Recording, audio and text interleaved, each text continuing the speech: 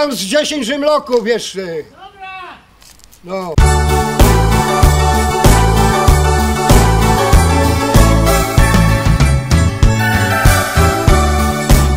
Przyjadą nasi z dalekich stron, trzeba wysprzątać rodzinny dom.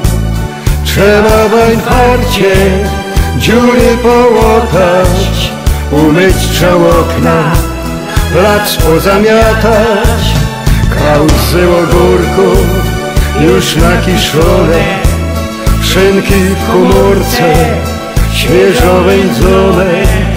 Kokot zabity, świeże krupnioki, kista gorzoły, piwa 2 beki. Jadą nasi z dalekich stron, jadą nawiedzić rodzinny dom. Tym, co ostali, trzeba się pokazać, jak w Niemcach fajnie głośno pogodać. Laj, la, laj, laj, la, laj, laj, la, laj, laj, la, laj.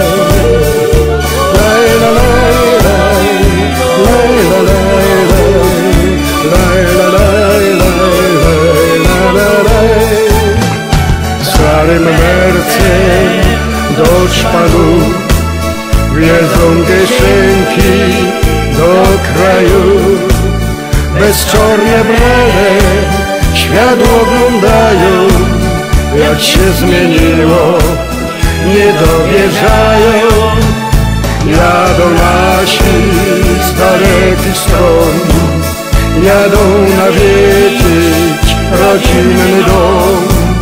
Tym, co ostali, trzeba się pokazać, jak w Niemcach fajnie głośno pogodać.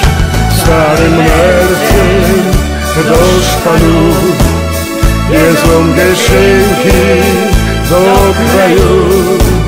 Bezczorne brele świat oglądają, jak się zmieniło, nie dowierzają.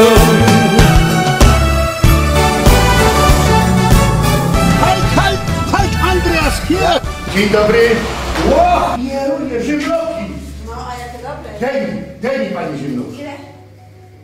Żymlok jeden. Jedno jedno. 2. No. 2. To całe kilo. Daj pani 5. Daj pani 5. Tak. Pani o 25 lat nie od tego. Ja dopiero przyjechał z Rajku. Aha, no to się nie dziwię, na pewno. Ile to kosztuje?